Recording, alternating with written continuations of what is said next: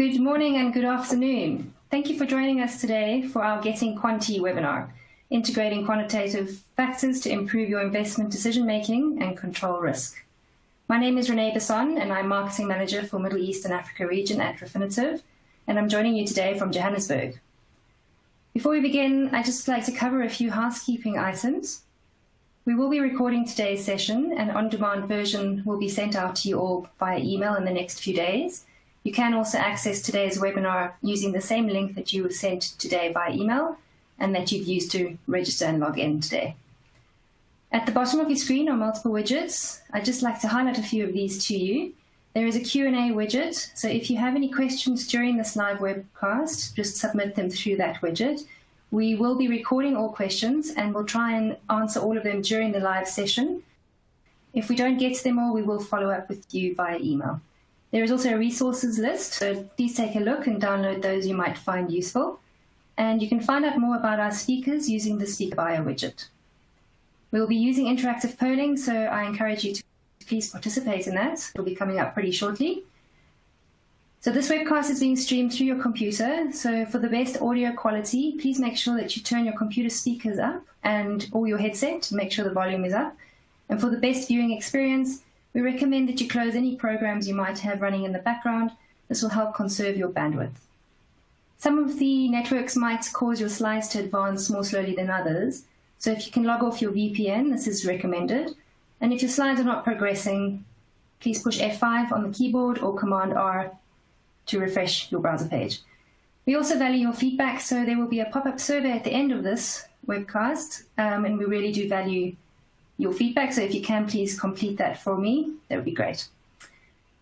So before I introduce our speakers, I'd just like to take us through the first of our polling questions. Right, so if you can please just select the most appropriate answer on your screen. Are you currently using quantitative models as part of your investment process? Yes, I have a systematic strategy. Yes, as part of a discretionary strategy. No, I'm planning to use a discretionary strategy. Or you planning to start using a systematic strategy? So I'm just going to give everyone a few seconds to complete that.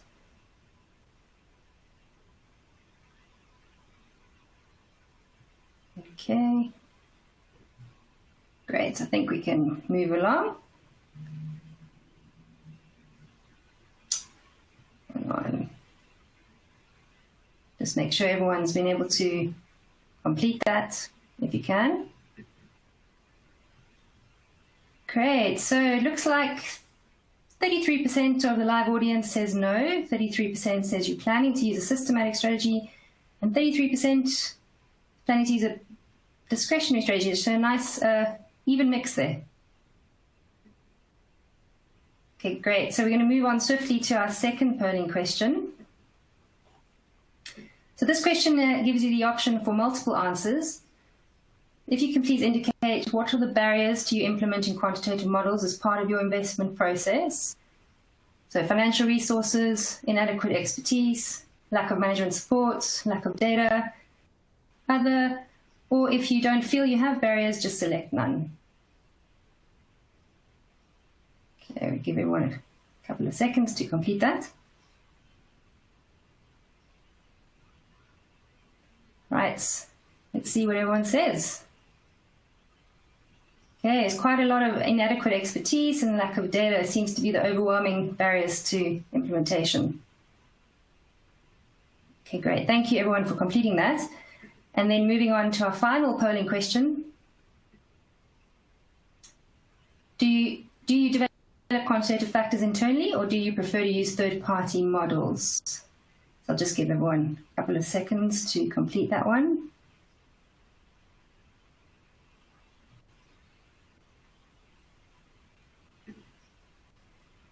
Okay, let's have a look.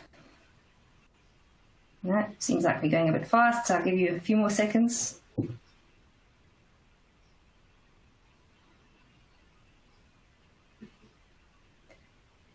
Great. Okay, so it looks like overwhelmingly 66, almost 67% are still deciding what the best approach would be. Fantastic. Great. Thank you everyone for completing that. I am now honoured to introduce the first of my colleagues to you. Richard Goldman. Rich is the Global Head of Market Development for Quantitative Analytics, and he has been a quantitative portfolio manager and COO of a quantitative incubation fund for over 25 years. He is currently overseeing the market development for Refinitiv's quantitative business globally, and he joins us today from Hong Kong. Welcome, Rich. Thank you. Hi, Renee. Thanks, Rich. And then my other colleague, Andrew Bernstein. Andrew has spent the past 15 years working with quantitative technology and data companies, including 5 years at StarMine. He now runs market development for Refinitiv's global investment and advisory business and joins us today from London. Welcome, Andrew. Thanks very much, Renee. Good morning, good afternoon, everybody. Great. So we have Hong Kong, London, and Johannesburg on the line. Rich, I'm going to hand over the reins to you. Thanks, Renee, and good morning and good afternoon, everybody. Thank you for joining us today. Quantitative investing, the use of quantitative models has increased dramatically over the last several decades and continues to, if anything, to accelerate. This success has been primarily due to the results that the users of quantitative models have been producing. And the growth has actually led to the question, will computers replace humans in making investment decisions? I believe the advancements made by computers in chess provides us with some insight to this question. It's been well observed through various tournaments and things with the best chess players in the world that no human is better at chess than a computer. But it's also been shown that no computer is better at chess than a human supported by a computer. In this session, we're going to be reviewing approaches for systematically using models to reduce risk in both equity and bond selection. And to illustrate the various approaches, we're going to be using the research done by our StarMine research team of data scientists and financial analysts. A little background on StarMine. StarMine is a company that was founded in 1997 by a team of financial researchers, and over the years has evolved and was acquired by Thomson Reuters, Refinitiv's predecessor company, in 2008. When we acquired StarMine, we gave these data scientists and financial analysts all of the data available within Refinitiv, and the team has been doing research and producing models using various data sets. The common thread across all of these models is, first of all, they're all based on sound economic theories that are intuitive, and they're all supported by published white papers, which provides details in how the models were produced, how they were tested, and the data that's being used in the models. The models utilize a wide range of data from Refinitiv, including traditional financial data and machine learning on unstructured text. And most of the growth that has been driving the use of quantitative models has, over the last 15 to 20 years, been with fundamental investors who are using the models to enhance their existing investment processes. A great example of how technology has been used to enhance processes is the airline industry. By any measure, flying is safer now than it's ever been. In this chart, going back to 1970, we can see the aviation fatalities as measured by trillion revenue kilometers, I'm from the US, kilometers per passenger. So here we have a significant decline, and it's been steady. Most experts agree that a major factor in this improvement has been flight technology. Various technologies have been added to the cockpit to improve the pilot's efficiency and enable them to make better and quicker decisions. But the key here is planes are still flown by pilots. And it's important to distinguish between automated and autonomous. Because the planes are automated.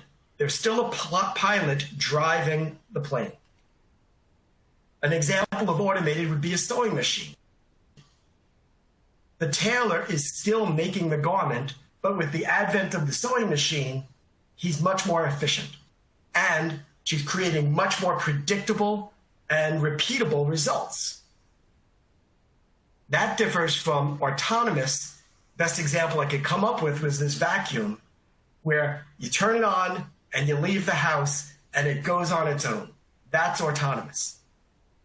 So in this discussion that we're having today, we're talking about the use of quantitative models for making investment decisions, not as a systematic black box investment firm would do it, but as a fundamental investment firm would utilize these models to improve their efficiency in digesting information and being able to focus in on the key issues at hand. Just giving a little bit of history on the use of quantitative investing to put it in context, factor investing, which aims to harvest any market returns above the market using what they call risk premia. The research started in the 1970s, initially by Stephen Ross with his arbitrage pricing theory, and then subsequently Farmer French and others have added. And basically what they've identified through their research are various factors in the market that, if measured correctly and applied consistently, can improve financial performance above the benchmarks. The StarMine team has produced tons of research based off of these various predecessors of research and created various models, both classic models, smart money models. They've combined the models for multi-factor models. They've created several credit models and a sentiment model. So these are going to be the research that we're going to be talking about today. And specifically, we're talking about ways to use these quantitative models to reduce risk in security selection. And we're going to focus in on 3 of the research papers and the models that they've created. The first one is avoiding companies whose earnings are likely to fall short of the market's expectations. And then we're going to talk about investing in companies with higher quality returns to avoid what's known as black swan type of events. And the third is reducing exposure to companies with higher credit default risk. With that, let me pass it on to you, Andrew. Thank you very much, Rich, for the introduction. Let me move on the slide here. So in this section, I'm going to talk about how investors can use quantitative models to protect themselves, as Rich said, against the risk of companies falling short of earnings expectations and surprising to the downside. And a really good starting point for this discussion is actually a piece of research that our StarMine team carried out back in 2018, which to most of us seems like a long time ago. And that was shortly after a period of heightened volatility a couple of years ago. In short, we found that if we can accurately quantify what we call a predicted surprise, that is a measure of divergence between the consensus, or otherwise known as the mean, and a smarter, more dynamic estimate, it can be a really valuable input into effectively managing portfolio risk, particularly during periods of heightened uncertainty and volatility, similar to that we've recently experienced over the past 9 months or so. Back in the late 90s, actually, as Rich mentioned, the company was founded in 97 on the west coast of the States. And back in the late 90s, the team there recognized that although IBIS is the IBIS consensus is a commonly used and globally adopted measure, it is ultimately an equally weighted average of all analysts covering a stock, regardless of their skill level and the recency of their latest updates. And the first building block towards creating a smarter estimate was to closely evaluate the accuracy of analysts' EPS forecasts, ranking them on a 1 to 5 star basis, where 5 is the best and 1 is the worst. What's really crucial here is that they found the ability to forecast earnings to be a statistically persistent skill, with 5-star analysts much more likely to remain at that level at the top than drop down to being in the bottom tier. And I'm going to show you a more detailed illustration of how the analyst rankings work in just a moment. Fantastic. So given that persistence, let me just move back a second here. Given that persistence, we can then intuitively go ahead and create a smarter estimate by overweighting the better analysts with the more recent updates, and by removing stale estimates, in addition to detecting group provisions. Again, and I'll come on to that in more detail in just a few moments. So with this slide, let's take a look at the methodology. Let's dive in and have a look at the methodology for ranking analysts more closely. So for everyone in the IBIS database, which of course is managed by Refinitiv, we look at the analyst's EPS track record over the past 2 fiscal years and 4 quarters, as you can see here. And we update those scores on a daily basis as more information becomes available. To be a 5-star analyst, you need to be not only close to the final reported number, but also more accurate and earlier to move compared to the rest of the pack, to the rest of your peers covering that stock. And in this example, the sell-side analyst comes in at 4 stars overall, despite some mixed results. And he or she is, for the most part, superior to their peers. Now, if you take a look at the bottom right-hand chart for the fiscal year ending 2006, the blue line on that chart is the individual analyst forecast throughout that period. The gold line is the IBIS consensus, and the top of the black bar on the right-hand side is the reported number, the final reported EPS number. We can clearly see that back in February, when you see that the chart sort of spikes up there, the analysts revised their number upwards and was consistently closer to the reported number than their peers all the way through to November, despite a narrowing of those 2 lines as the reporting date became closer. That being said, they didn't quite do enough to get 5 stars overall because of the poor or relatively poor performance in the March 07 quarter, which is the smaller chart at the top right-hand side there. When we can see in that particular quarter, they were consistently less accurate than the average. Now, behind the star ratings is a more accuracy score. We call it the StarMine estimate score, that ranges from 0 to 100, with 50 representing an average analyst. And an average analyst in terms of star ratings is 3 stars. And that underlying score is then translated into an easier to consume star rating by awarding the top 10% of analysts a 5-star rating, the next 22.5% a 4-star rating, and so on until you get to the bottom 10% who are awarded a 1 star. Now, over the past 20 years, StarMine, the StarMine team, and obviously now part of Refinitiv, have worked extensively with institutional customers on the buy and the sell side to perfect this underlying accuracy metric. And the star ratings are actually used in anger today by sell-side research firms and buy-side research firms as a purely objective input into measuring their team's performance. Okay, so now turning to the construction of the SMART estimate. If you look at the right-hand column, first of all, we can see the very specific weighting accorded to each analyst forecast. And then starting from the bottom, so if you look at the bottom right-hand corner of the page there, what we first do, as referred to just a moment ago, was we strip out all estimates that are older than 120 days old. And then they're out of date, they're sort of over 4 months old, so we get rid of them.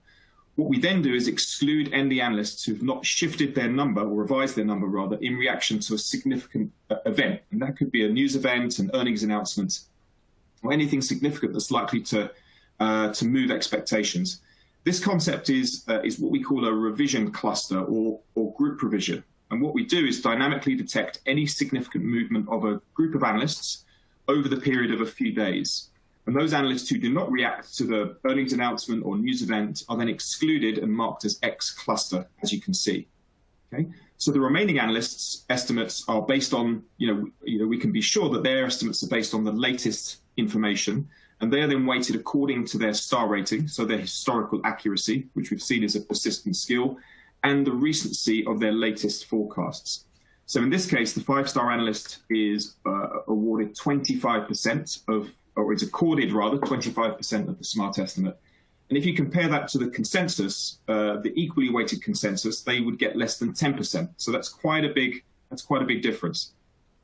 It's also worth noting here as well that the 5-star analyst forecast is flagged as what we call a bold estimate, which is another measure that we're able to track systematically. And that is when a 5-star analyst publishes a number that's at least 5% different from consensus. So from a risk mitigation perspective, if we think about tracking the stronger analysts and determining whenever they're making a call that's away from consensus, particularly on the negative side, that can be a very useful piece of information. It's also important to point out here that we use the exact same methodology and calculate smart estimates for all IBIS forecasts. So revenue, EBITDA, cash flow, net debt, and all of the other measures that are covered in the IBIS database. Now, as we can see at the bottom there, the number in orange, the final calculated smart estimate is 0.532, and the percentage difference between that number and the consensus is what we call the predicted surprise, in this case, 2.3%. And what we found, again through research which we're happy to share with everyone on the call, is that when the predicted surprise, so the difference between the smart and the smart estimate and consensus, when that's greater than 2%, it correctly calls the direction of the ultimate earnings report with a success rate of around 70%, slightly higher than that. In addition, it often acts as a leading indicator for the future direction of consensus for that particular reporting period, as we can see from the chart. Now, referring back to the research note I mentioned at the start of the section, we found that just under half of global companies missed their earnings forecast. So trying to predict that in a meaningful way is tantamount to a toss of a coin. So our ability to anticipate misses in particular and mitigate that downside risk during earnings season is greatly enhanced by keeping a very close eye on that negative predicted surprise across a portfolio.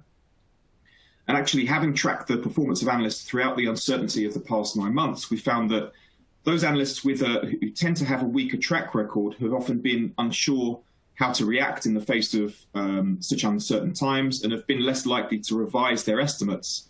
And what the implication of that is that the divergence between the analysts with stronger forecasts, stronger track records rather, and weaker track records has grown. And in turn, the predicted surprise has been working particularly well from a prediction standpoint. In fact, every quarter, the team at StarMine, or the StarMine team within Refinitiv, publish their own predictions for 5 positive and negative surprises for each major region leading up to earnings season. Now, normally they get between 70 and 90% right. It's rare to get everything right, but in the most recent round, they were actually 10 for 10 in both Europe, as you can see there, and North America. So as we've seen, the predicted surprise can really help us to mitigate the risk of potential earnings misses for individual stocks for very specific reporting quarters or year ends. That being said, in order to build a true stock selection model that measures changing analyst sentiment, we need a broader set of information. And this is where the analyst revision model, or ARM model, comes in. We're going to talk to that in a little bit more detail now.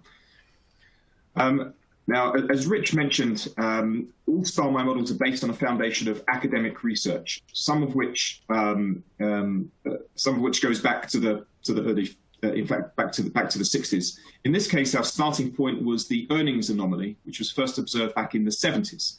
And in essence, it showed that stocks experiencing upward analyst revisions tended to outperform in terms of price movement versus those experiencing downward revisions, which is intuitive. That said, the original studies and most standard revision models to this day are actually based on historical consensus change.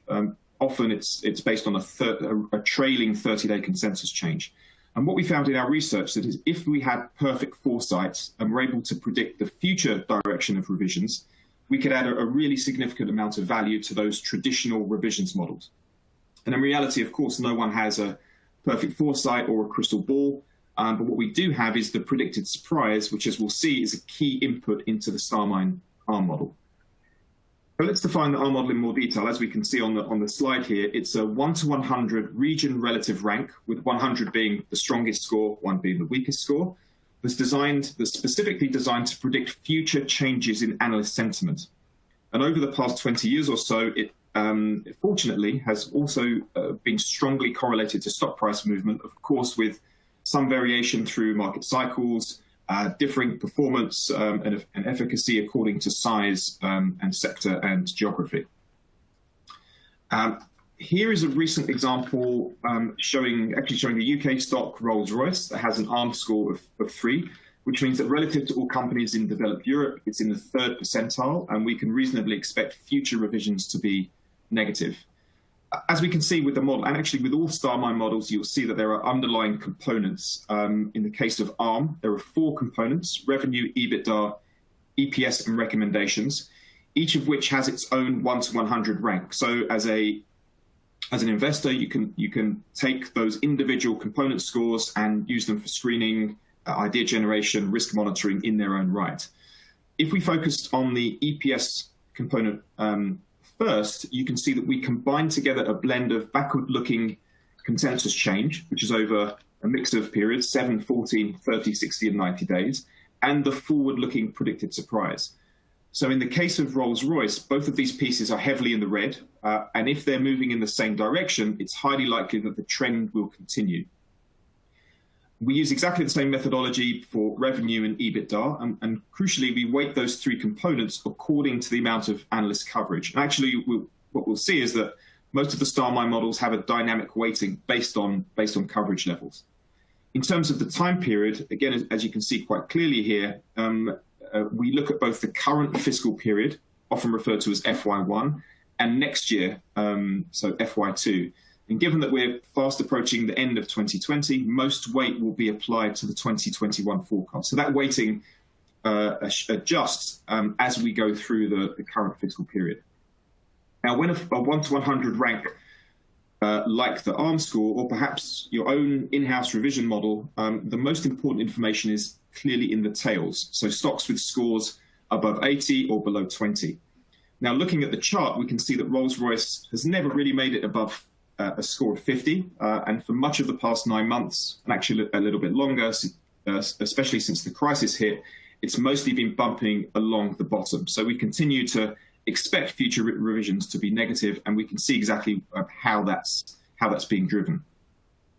So the practical implications for you of using a model like the ARM score for risk mitigation are quite clear. It gives us a quantitatively robust, dynamic and consistent way of tracking how companies in a portfolio rank relative to each other in terms of changing analyst sentiment. And of course, we should pay special attention to those stocks that fall below 20, and especially those that fall below 10, and really try to understand what the underlying factors are that are driving those negative changes. Okay, so that covers the earnings revisions section here. I'm now going to move on to talk about earnings quality. So our second approach to reducing risk in portfolios is investing in higher quality companies with more sustainable sources of future earnings. Now, this theme was also examined by our research team back in 2018, working on the original hypothesis that tilting a portfolio towards quality during a market downturn would be additive from a performance perspective. They, of course, used StarMine's earnings quality model as the basis of the study, and they looked at 4 specific periods of market downturn, starting with the bursting of the tech bubble back in 2000, then the subprime financial crisis from 07 to 09. Then we looked at the global sell-off post the US sovereign downgrade in 2011, and then the China market crash in 2015. So these were more sustained periods of downturn and were more interesting to look at from a historical perspective. And what they found is that the cumulative returns of stocks in the top decile, so those with a score above 90, outperformed the market on a long-only basis during each of those periods. And in addition to that, a long-short absolute return approach, so buying stocks above 90 and shorting those below 10, generated alpha, so returned positive performance. So the conclusion of the study was really a resounding confirmation of that original hypothesis that tilting a portfolio within a specific mandate towards quality stocks during uncertain times is something that investors should seriously consider. So let's take a closer look at the methodology behind the earnings quality model. Now, at a high level, the model seeks to identify stocks, as I mentioned, with sustainable future sources of earnings by decomposing their past earnings. And the starting point for the creation of the model that was built in 2005 centered around, I think Rich mentioned this in the original slide, it centered around Richard Sloan's academic research on the accruals anomaly in the mid-90s. And just at this point, to clarify the definition of accruals, I know we have an international audience, so just to clarify exactly what we mean by accruals, this is when companies record revenues and expenses at a specific point in time when cash has not yet been received, resulting in a change in working capital, so short-term items on the balance sheet, or longer-term operating items like plant and equipment, for example. Now, Sloan's study found that firms with high levels of accruals which in essence are an estimation of earnings, are likely to experience a reversal over time, which will consequently lead to a negative impact on future earnings. In other words, accrual back earnings are not as predictable or as sustainable as cash, which of course is intuitive. So the question is, how do we put some a quantitative framework around that idea? So StarMine's earnings quality model, which I'll refer to as EQ, has 4 components, and we'll look at a recent example in just a few moments. So unsurprisingly, the first component of the earnings quality model is based on accruals, and our research very much reconfirms Sloan's findings that companies with high levels of accruals tend to see a reversal over time and a negative impact on ROA over the following 12 months. And we can see on the chart here, companies with high levels of accruals are shown by the dotted orange line. So you see a reversal of those levels over time, and the blue line on the chart shows company with low level of accruals, and we see improving profitability over time. Now, taking that one step further, our second component of the model takes account of free cash flow. In other words, cash flow from operations, less capital expenditure. And what we found here is that companies with similar levels of accruals and strong free cash flow on top of that experience stronger subsequent 4-quarter growth in profitability or return on assets versus those with weaker cash flows. The third component focuses in on operating efficiency, where we decompose return on assets, as you can see from the DuPont formula here, into operating profit margin, which is, of course, a good measure of a company's pricing power, and asset turnover, which indicates the level of sales that can be generated from a given asset base. As you can see from the chart, we found that the profit margins in the orange dotted line there tend to decline and revert to the mean more rapidly than the asset turnover, which is the solid blue line on the chart. If you think about it, asset turnover is intuitively harder to compete away than margins through price competition. So companies with a combination of high margins and strong asset turnover tend to have more sustainable earnings in the future. Now, the fourth component here, I won't spend much time on it here, has the lowest weighting in the model, and it's relevant to North American companies only. What it takes account of are exclusions, which include special items like one-off restructuring charges and litigation. So where reported pro forma earnings that a company publishes, and that's the number that most investors follow, where those pro forma earnings are lower than the official GAAP accounting earnings, companies are tending to be more conservative, and therefore what we found is that they have more sustainable future earnings. Now, combining all of that together, as you can see from this slide, those 4 components, so cash flow, accruals, operating efficiency, and exclusions, as with the R model, are sub-components or sub-models in their own right and are recorded their own 1 to 100 regional score. By the way, for all of these scores, we also make global rankings available as well. The headline figures that we're talking about here are regional ranks. What we do is we then combine those 4 factors into an overall earnings quality score, which for North American stocks only is subject to a beta adjustment. Let's take a look at a recent example of a stock with a low score of 5. This is Adidas. What it's indicating here with a score of 5, it's in the 5th percentile versus all stocks in developed Europe. And it's indicating that the current sources of earnings are unlikely to be sustainable in the future. And we can easily see here that the accruals component with a score of 5 is negatively impacted by large increases in inventory. So the numbers that you see there are year-on-year changes relative to net operating assets. So we can see there's been an increase in inventory and a decline in those longer-term liabilities. In the cash flow component, free cash flow is relatively weak, and in terms of the operating efficiency component, we can see that the profit margins lag the industry average. So here we compare margins against the industry. And although asset turnover seems quite robust on an absolute basis, it's declined over the past year, which obviously has a negative impact on sustainability. So if we go through to the next slide here, now from a risk mitigation perspective, investors can use the 1 to 100 rank to systematically monitor for declines in earnings quality within a portfolio. Now, Adidas has a top decile earnings quality score for much of the past 5 years. But as we can see, as quarterly numbers have come out, it's progressively declined towards the bottom decile, which is driven mostly by worsening accruals position. Now, this doesn't necessarily mean that we should short the stock or that the price of the stock will fall in the short term, as earnings quality tends to be a slightly longer term signal, particularly than compared to analyst revisions. What it does give us is a significant red flag that investors with any kind of quantitative approach should take into account very seriously. Okay, so Rich, let me hand back to you. Rich is now going to talk through risk mitigation from a credit perspective.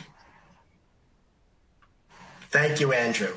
And we're getting some questions, and we'll be able to answer them at the end, so please keep sending them in. So the third method of quantitatively developing models to improve risk management is to avoid companies with higher probabilities of default.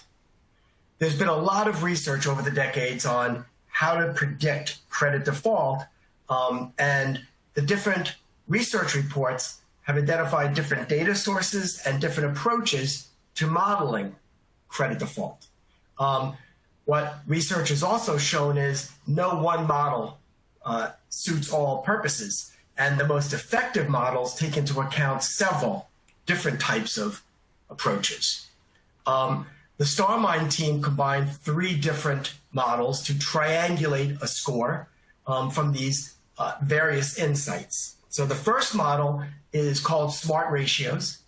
The financial rationale is that companies with stronger balance sheets and cash flows are less likely to default. It's similar to the earnings quality that Andrew is just describing, but measuring it relative to a risk of default. The data used is from financial statements, balance sheet, income statements, cash flow statements, and also forward-looking estimates. And I'll be going into these models in a little bit more detail. The second approach is a structural model. This rationale is based off the market knows well when companies are in trouble, and the capital markets provide insight into investors' assessment of companies' default risk. And the input, the data used by the model, is the market value of equities, the volatility of the equity, and balance sheet information. The third ratio is a text mining model. And that model monitors using machine learning real-time news, research, filings, and company transcripts from conference calls to provide insight into the company's default risk. So starting with the first of these 3 models, the SmartRatios model. So this is built off the research from Ed Altman, whose research back in the 70s created the Altman Z-score. And the StarMine team built upon this pillar of research and come up with ways to further enhance the results. So the core of this is financial analysis, using financial statements to measure 5 different models. One is profitability, one is interest coverage, one is leverage, liquidity, and growth.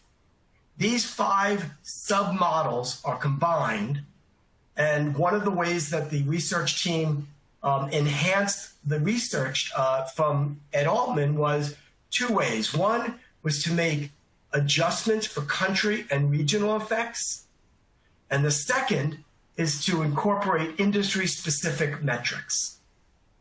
Here is a list of the various financial ratios used for measuring these 5 models. And you can see the shaded area line items are the ones that are industry-specific metrics. For example, operating leverage is used by banks, combined ratios used for insurance companies, break-even load and passenger load are used for certain sectors, and generation costs are also used for some. So that goes through the industry specifics. So the insight is that not all industries have the same leverage and triggers, and adjusting for that enhances the results. Another observation that they found was using predicted ratios rather than historical ratios improves results. So in this chart, what they've done is they've looked at the results of their models using both actual results for the most recent year and forward-looking smart estimates, as Andrew defined what smart estimates were, for the various ratios going forward. And you can see the height of the bar is the hit rate. What percentage of failures were identified in the top 20% of the firms? So, for example, the earnings to tangible ratio, you could see there was a modest improvement from below 60% to around 65%, a bigger improvement when looking at the net debt to equity ratio, and even a bigger improvement when looking at free cash flow and EBITDA to interest. So using forward-looking estimates greatly enhances the results. All of the credit default models are measured in various ways and are converted to the equivalent of rating agency scores. So AAA, AA, A, etc. And they did research to find which is more likely. The rating agencies moving towards the SmartRatios score, or the SmartRatios score moving towards the rating agency score over time. And what we found is that the SmartRatios can actually predict what rating agencies are going to do. And you can see it over various time frames. It's between 4 and 4.8%, 4.8 times more likely that the rating agencies will change their ratings for a company and move in the direction of the SmartRatios. This shows the predictive power and how using daily data makes the SmartRatios more responsive than rating agencies who are dependent upon a committee to do analysis and vote on changing the readings. The second model is the structural default model. This built off the research by Robert Merton, which further inspired the research by Black-Scholes in coming up with derivative modeling. All of this research showed that if you look at a company's assets, leverage, and volatility of the assets and the drift of the assets, you can predict default. And so when you look at leverage, the first input, the assumption is the higher the leverage, the more probable of a default. The second input is the volatility of the assets. More volatile assets lead to a higher likelihood of default. And the third is the drift rate, or the growth or decline in growth of assets. And the research shows that the higher the growth rate in assets, the lower expected default rate. These three models are then combined to a raw signal. That signal is then converted into a probability of default. And so the StarMine team reports their earnings in three ways: a raw signal, a probability of a default, and a StarMine score. That score is then translated, for, if you want to look at it, to the equivalent of a ratings by the rating agencies. So you actually have 4 different signals for all of these. Here's an example of how this worked. Going back to the Lehman financial crisis. The black line on top is the ratings by one of the rating agencies. You can see they were around an A-rated debt. The light blue line is the StarMine structural credit score on the equivalent. And the green line is using the right side is actually the stock price. The vertical line on the right is when Lehman announced bankruptcy. And what you could see is that around mid-2005, the StarMine credit implied rating declined. And then like 6-7 months later, the stock started declining and dramatically declined another 6 months after that. Meanwhile, the rating agencies didn't capture any of this. And when they announced bankruptcy, Lehman's debt was rated A by the rating agencies and triple C by the StarMine credit rating.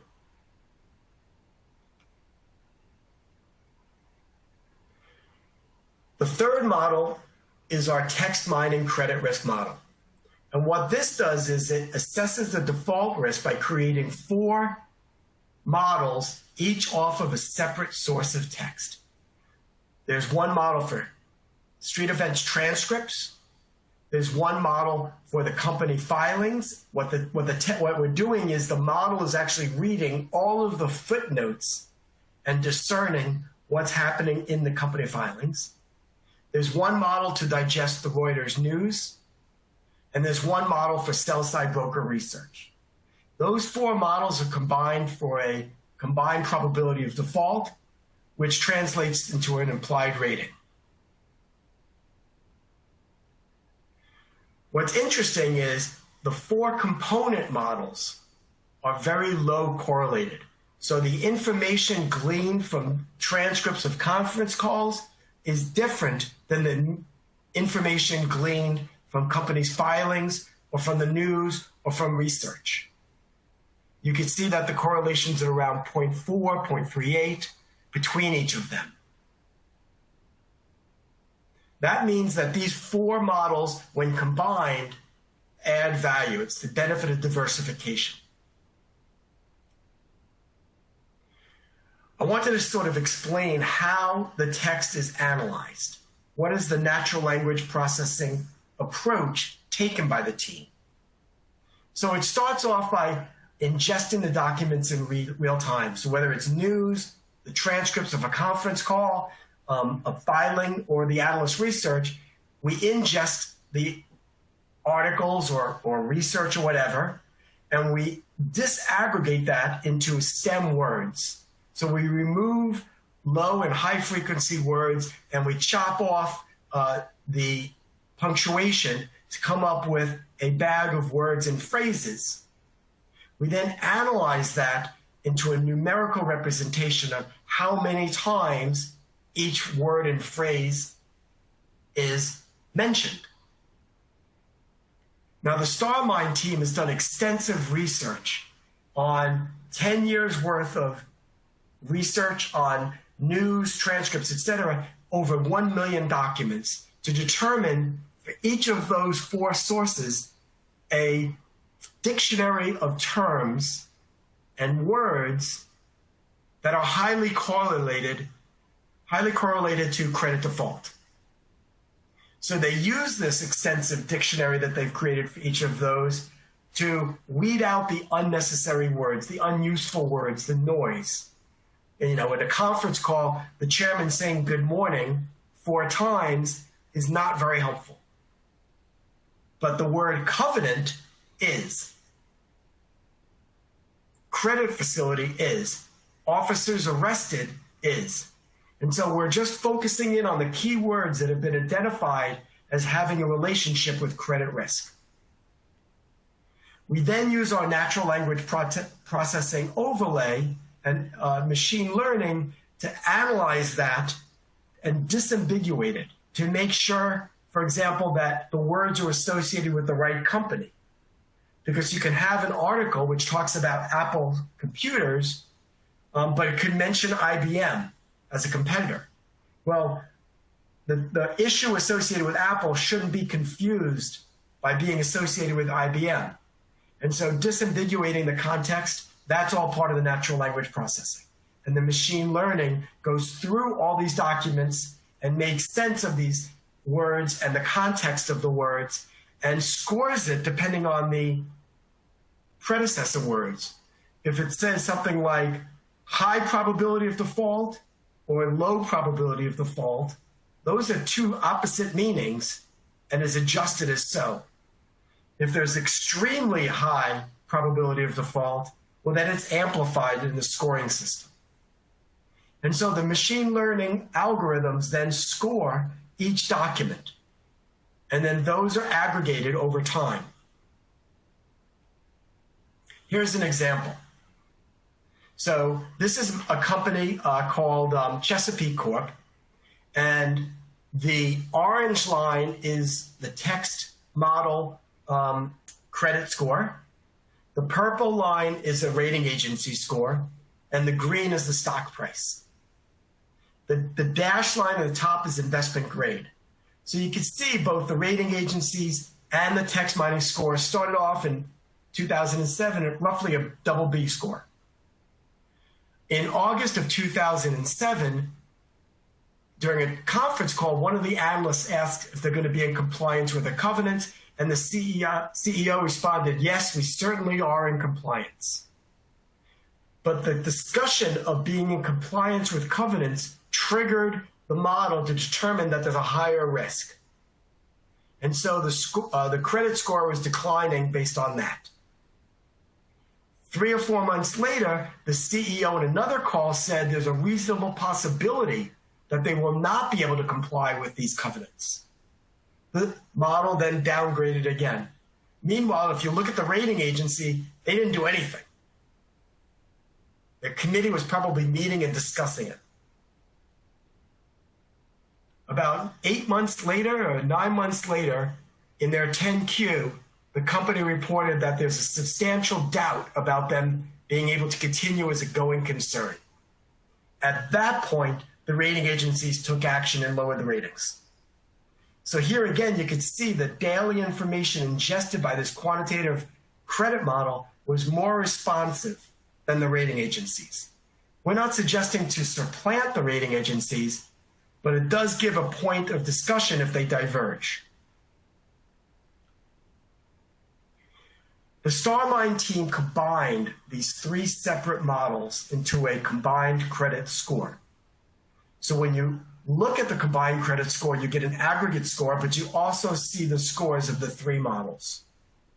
The way that these are combined is through a dynamic asset weighting. And the weighting is dependent upon how much text is actually available for the text mining score.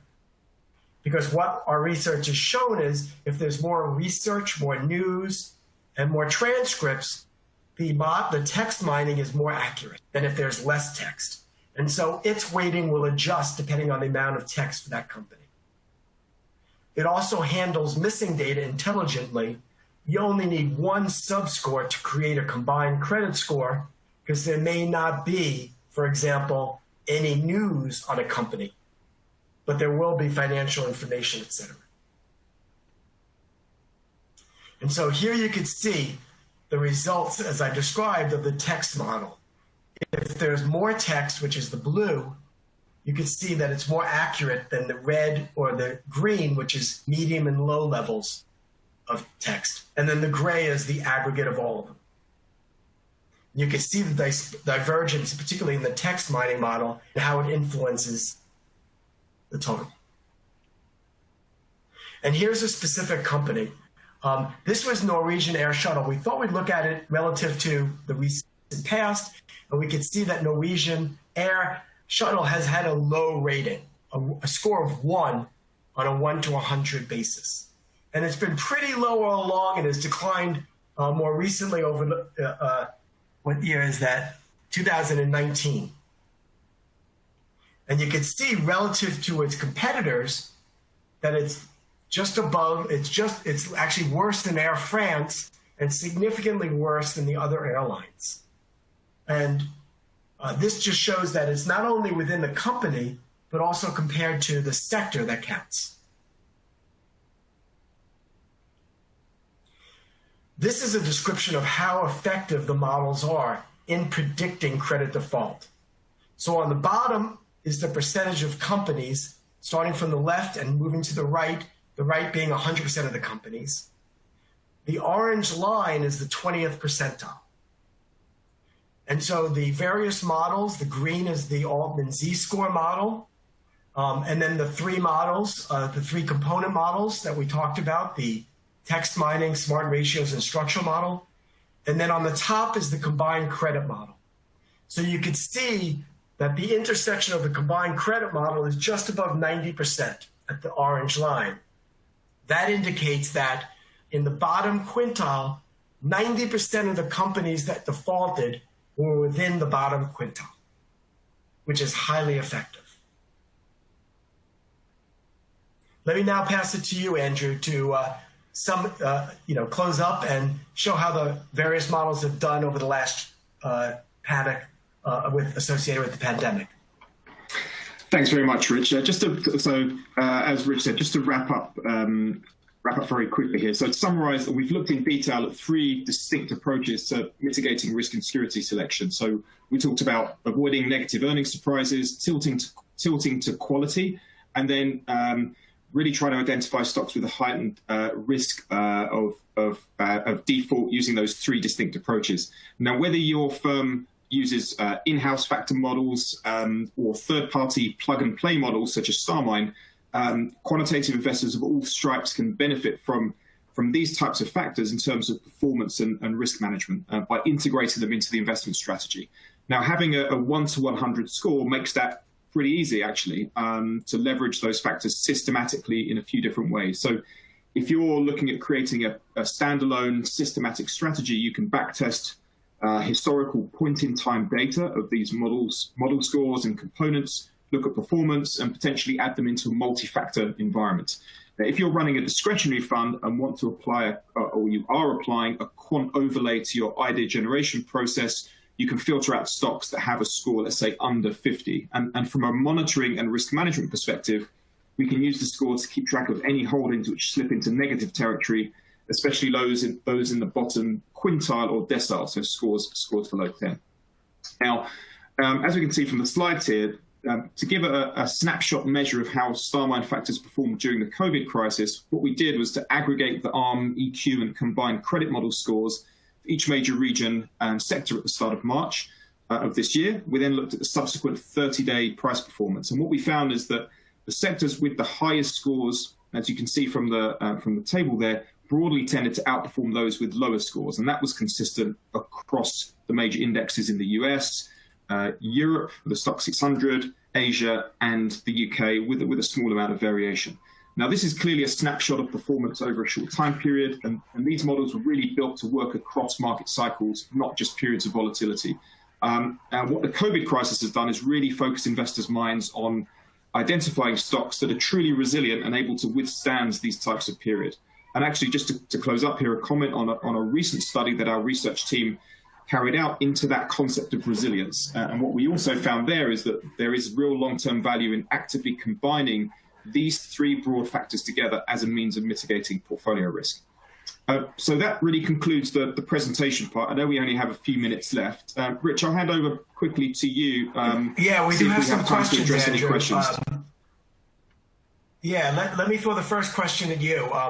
The quality scores are associated with beta figures, or are they only adjusted for beta? The short answer is they're adjusted for beta. So again, this is for North American only. Now, typically, stocks of companies with low earnings quality scores, by any measure, will have higher sensitivity to the market. So low earnings quality scores typically have higher market betas. So what we do is we look at the market level betas, and we set to correct by effectively beta neutralizing the earnings quality scores, again for North American stocks only. And there's more detail on that methodology actually in the earnings quality white paper.